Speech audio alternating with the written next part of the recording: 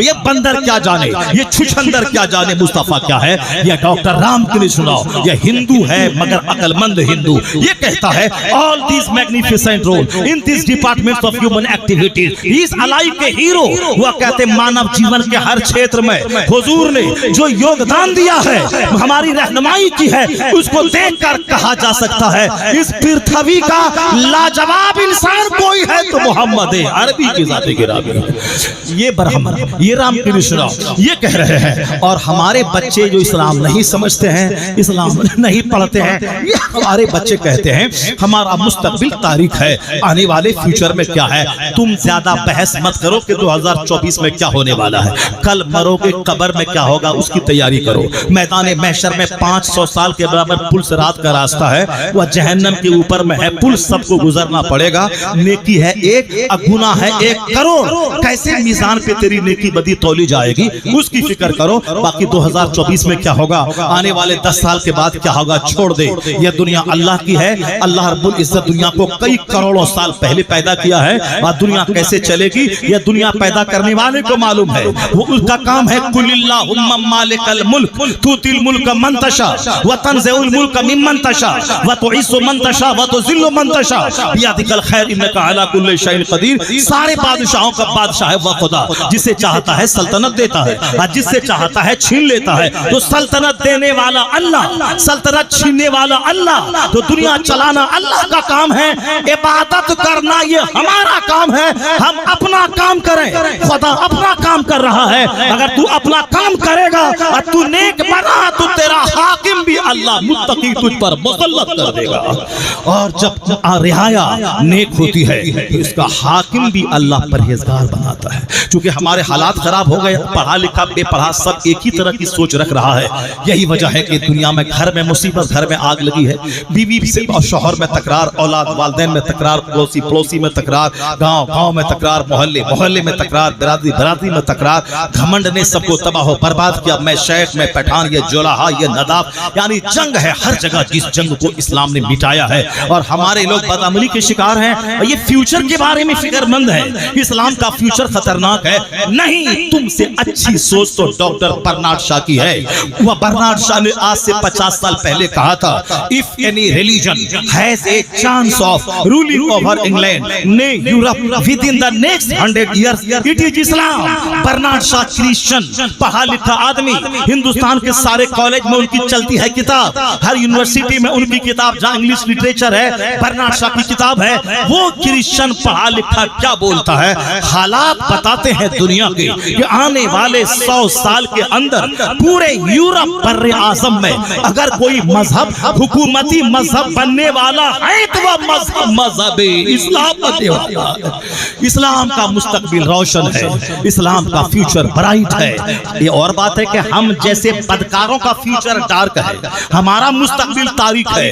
اس لیے اپنے اعمال کا محاسبہ کیجیے، اپنے آپ کا جائزہ لیجیے، اور اپنی زندگی کو میں یو ٹرن لے کے سچی توبہ کر کے سجانے کی سنوارنے کی فکر کیجیے۔ اور قدرت کا قانون کو یاد رکھیے کہ قانون کے خلاف نہیں ہوتا ہے، چاہے ہم شراب پیئیں یا کعبہ میں سجدہ کریں، سورج اپنے ٹائم پہ اگتا ہے، سورج اپنے ٹائم پہ ڈوبتا ہے، موسم اپنے وقت پہ آتا ہے، موسم اپنے وقت پہ بدلتا ہے۔ اس لیے میری ماں بہن بیٹیاں گرہ باندھ کے رکھ لے، اگر چاہتی ہیں کہ میرا بیٹا لتم جتم کرنے والا ہو، مجھ کو گالی دے کے گھر سے بھگانے والا ہو، تب تو جیسے جی رہے ہیں ویسے جیئیں، جیسے گٹکا کھا رہی ہیں، سنیما دیکھ رہی ہیں، موبائل چلا رہی ہے، نماز چھوڑ رہی ہیں، جیسے جیتے ہیں ویسے جیئیں۔ اگر چاہتی ہیں کہ میرا بیٹا میرا پاؤں چومے، میری پیشانی کا بوسہ دے، میری فرما برداری کرے، میرا بیٹا نام اونچا کرے، تو پھر اسے قدرت کے قانون کے مطابق اپنے آپ کو صحیح راستے پہ لانا ہوگا۔ جیسے قدرت کا قانون ہے باپ ہوں علی اور ماں ہے فاطمہ، تب بیٹا شہیدوں کا سردار امام حسن اور حسین پیدا ہوا۔ جب باپ ہے سید موسیٰ صالح جنگی دوست اور ماں ہے سر سے لے کے پاؤں تک نیکی کا مجسمہ، تب بیٹا ولیوں کا سردار عبد القادر جیلانی پیدا ہوتا ہے۔ جب ماں رات بھر مصلی پہ رہ کر تہجد پڑھنے والی، تو پھر ان کے پیٹ کا بچہ 12 بجے کے بعد سے لے کے فجر تک کلمہ شریف پڑھتا ہے ماں کے پیٹ میں، اور جب وہ بچہ تولد ہوتا ہے اور جوان ہوتا ہے تو ہندوستان کے 90 لاکھ مشرکوں کو اسلام کی دولت دے کے مصطفیٰ کا غلام بنا دیتا ہے. اس لیے اگر چاہتی ہے کہ میرا بیٹا غوث نہیں غلام غوث بن جائے تو تمہاری زندگی میں انقلاب آنا چاہیے. خاموشی کی چادر ڈال لے, حیا کی چادر ڈال لے, نماز پابندی سے پڑھ, سچی توبہ کر, اپنے گھر میں نیکوں کا چرچا کر, بزرگوں کی بات کر, فاتحہ میلاد کا ماحول رکھ, شوہر کی فرما برداری کر, جو گناہ ہو گئے توبہ کر, آنے والے دن میں کلمہ درود سے زندگی کو سجا لے. اگر تم نے سجا لیا تو پھر یاد رکھنا تیرے وجود سے جو بچہ پیدا ہوگا وہ غلام غوث ہوگا, غلام خواجہ ہوگا, غلام رضا پیدا ہوگا. اللہ تبارک و تعالی ہم کو اور آپ کو سبوں کو نیک بننے کی توفیق عطا فرمائے. ذرا زور سے بولیے نا آمین. ورنہ پھر 4 گھنٹے کی تقریر اور کر دیں گے. وہ ہزار ہمارے حشمتی صاحب بولتے رہے کہ آپ تقریر کرنے کچھ نہیں ہونے والا ہے. جب تک میں پوری بات نہیں بول لوں گا اس وقت تک میں چین نہیں لوں گا. اگر آپ زور سے سبحان اللہ بول دیں تو پھر میں اپنی گفتگو ختم کر دوں گا. اللہ تعالی ہم کو اور آپ کو سبوں کو نیک بننے کی توفیق عطا فرمائے. اللہ تعالی ہماری ماں بہن بیٹیوں کو خاموش رہ کر اپنی زندگی کو نیکیوں کو سے سجا کر اپنے شوہر کی خدمت کر کے اچھے اولاد کی خاطر تہجد کے وقت میں دعا کرنے کی توفیق عطا فرمائے. تہجد کے وقت میں دعا قبول ہوتی ہے, وہ دعا کی قبولیت کی گھڑی ہے. جو دعا دن میں قبول نہ ہو وہ دعا رات کے آخری پہر میں قبول ہو جاتی ہے. اس لیے ہم فلسطین کے سچے مسلمانوں کا ساتھ وہاں جا کے لڑ کے نہیں دے سکتے ہیں, چونکہ دنیا کے قوانین ایسے ہیں, مگر دل میں تو جذبہ ہے کہ اگر بارڈر کھول دے تو جا کر کے یہودیوں کو کھدیڑ کے مارے, اور کیا ہندوستان کے باتھ روم میں انگلی رگڑ کے مرے, وہی اللہ کے نام پہ شہادت کی موت مر جائے. یہ اعلیٰ موت تو سب کے حصے میں نہیں ملتی ہے, یہ تو مسجد اقصیٰ کی حفاظت کرنے والے نوجوانوں اور ان کے شہزادوں کی یہ موت ملتی ہے. مگر ہمارے پاس ایک چیز ہے جس سے ہم فلسطینیوں کی مدد کر سکتے ہیں, اور یہودی اور ذلیل خبیث مردود کو ہم یہودی خبیث مردود کو ہم اپنے سے نقصان پہنچا سکتے ہیں. وہ یہی ہے کہ ہم ان کے لیے رات کے وقت میں تہجد کی نماز پڑھنے کے بعد رو رو کر رب سے دعا مانگے, الہی تو یہودیوں کو تباہ و برباد کر دے, مصطفیٰ کے غلاموں کو فتح و کامرانی سے ہمکنار کر دے, اور ہمارے بچوں ہماری عورتوں پہ جو مصیبتیں آئی ہیں ان مصیبتوں کی آگ کو بجھا دے. توبہ ہندوستان کے اس جھالیدہ میں ہوگی, اس کا پوزیٹیو اثر فلسطین میں محسوس ہوگا. اس لیے تم سجدہ بڑھا دے, توبہ بڑھا دے, یا بول کہ پوری دنیا کا مسلمان ایک مکان کی اینٹ کے سامان ہے, میں نماز چھوڑتا ہوں اسی لیے میرا بھائی سنکٹ میں ہے, میں قرآن نہیں پڑھتا ہوں اسی لیے میرا بھائی سنکٹ میں ہے, میں تاڑی شراب پیتا ہوں اسی لیے میرا بھائی سنکٹ میں ہے. یا اللہ اب میں توبہ کرتا ہوں, شراب نہیں پیوں گا, تاڑی نہیں پیوں گا, جوا نہیں کھیلوں گا, ایک دوسرے کو قتل نہیں کروں گا, لڑکی بازی نہیں کروں گا, عشق بازی نہیں کروں گا, میں گھوم کے دوسروں کے بیٹے کو نہیں تاکوں گا جاکوں گا, اپنے منہ پہ گٹکا 24 گھنٹے نہیں رکھوں گا, میں نماز پڑھوں گا, میں کلمہ پڑھوں گا, میں درود پڑھوں گا, میں تہجد پڑھوں گا. سچی توبہ آج کر, تیری دعا یہاں سے چلے گی, اسرائیل کی آگ بجھے گی, یہودی مارا جائے گا, مسلمان فتح و کناری سے ہمکنار ہو جائے گا. ہمارے پاس زبردست طاقت ہے وہ دعا کی, اور وہ دعا موبائل دیکھ کر چو چو کر کے قبول نہیں ہوتی ہے. دعا کی قبولیت کی گھڑی ہے تہجد کا وقت, دعا کی قبولیت کی گھڑی ہے رات کا آخری پہر. اور سچی توبہ, مسجدیں ویران رہیں گی, رحمت الہی کا نزول نہیں ہوگا. مسجد کو آباد کرنا ہوگا, تلاوت اور عبادت سے کام لینا ہوگا, اپنی زندگی کو نیکی کے سانچے میں ڈھالنا ہوگا. ادھر توبہ کریں, ادھر اللہ رب العزت تو 1 سیکنڈ میں دنیا کو آباد کرنے والا, 1 سیکنڈ میں دنیا کو زمین میں دھسانے والا, وہ تو کن کہتا ہے فیکون ہو جاتا ہے. نہیں دیکھا آپ نے زلزلہ آیا افغانستان میں 15 دن پہلے, گاؤں کا گاؤں زمین میں دھس گیا. سونامی کا طوفان آیا, لاکھوں لوگوں کو نگل کے سمندر میں چلا گیا. ترکی کا زلزلہ لاکھوں لوگوں کو لے کے زمین میں چلا گیا. سیلاب آتا ہے بہار میں, ہزاروں لاکھوں کو اجاڑ کے چلا جاتا ہے. پل پل میں دنیا کی مصیبتیں ہیں. اللہ تعالیٰ چھوٹ دیا ہے ان یہودیوں کو تاکہ مسلمانوں کو ان کی بد عملی کی سزا ملے. تاتاریوں نے جب بغداد کو لوٹا تو 70,000 مسلمانوں کو قتل کر کے کھوپڑی کی مینار بنا کر بیٹھ کے شراب پیا تھا. یہ مسلمانوں کی بد عملی کی سزا تھی.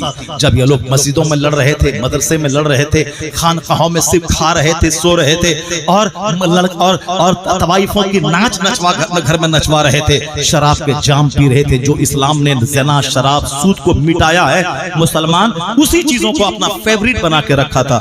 اللہ نے تاتاری کافر کو مسلط کیا, بغداد میں اتپات مچا دی، تباہی مچا دی۔ غوث پاک کی قبر وہاں موجود تھی، تباہی مچا دی، یہاں تک کہ 70,000 لوگوں کی کھوپڑی کاٹ کے مینار بنا کے تاتاریوں نے شراب پیا اور بولا اب دوبارہ بغداد کبھی راجدھانی میں تبدیل نہیں ہوگا، یہ شہر آباد نہیں ہوگا۔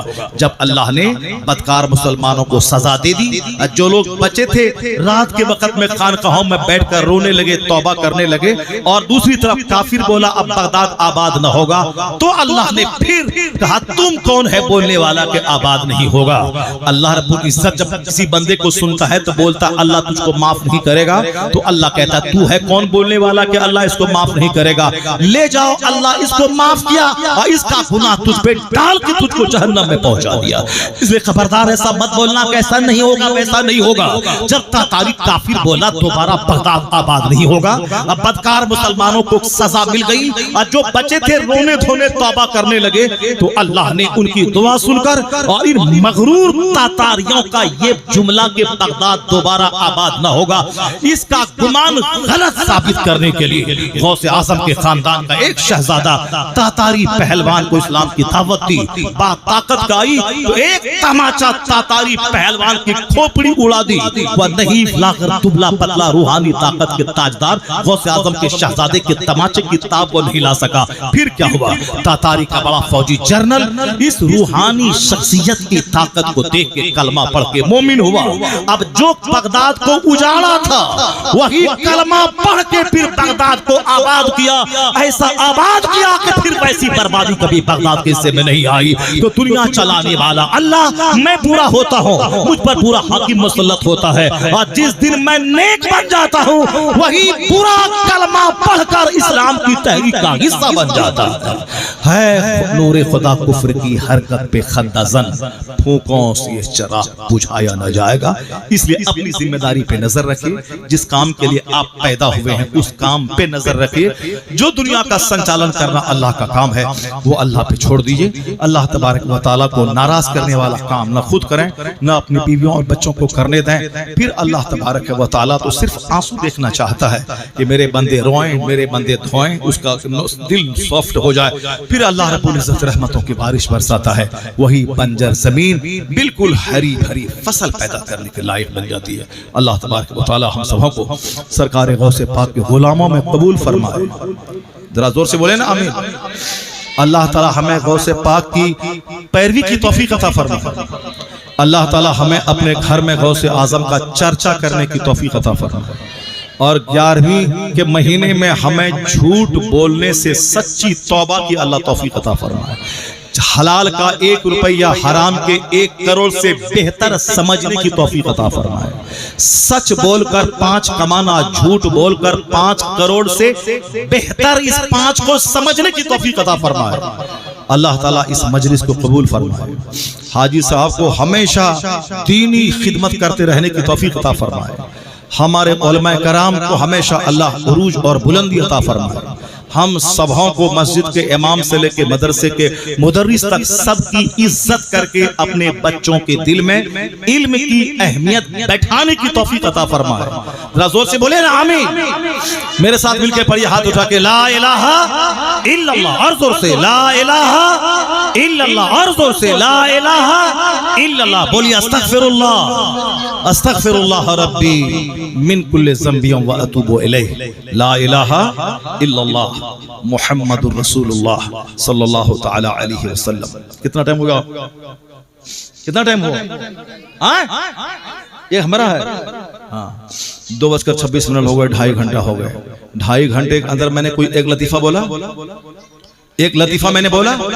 ذرا بولے نا زور سے، لطیفہ میں نے بولا؟ کوئی کامیڈی میں نے سنائی؟ کوئی میں نے قصہ کہانی سنائی بغیر سر پیر کی؟ صرف میں حدیث پڑھا، قرآن پاک کی آیت پڑھا، زندگی سنوارنے والی بات میں نے کیا ہے۔ تو آپ کا 2.5 گھنٹہ کیسے گزر گیا پتہ چلا آپ کو؟ اس لیے اللہ مجھے حق بولنے کی توفیق عطا فرمائے، اور آپ لوگوں کو ہمیشہ حق سننے کی توفیق عطا فرمائے۔ ہر جلسے میں صرف ایک بندہ نعت پڑھے گا، باقی 2 بندہ تقریر کرے گا، اور 2-2:30 بجے جلسہ ختم ہو جائے گا، تاکہ لوگ گھر جا کے 2-3 گھنٹہ سونے کے بعد فجر کی نماز پڑھیں۔ اسی پیٹرن کے مطابق جلسہ کرنے کی ہم سبوں کو توفیق عطا فرمائے۔ آمین وآخر دعوانا الحمدللہ.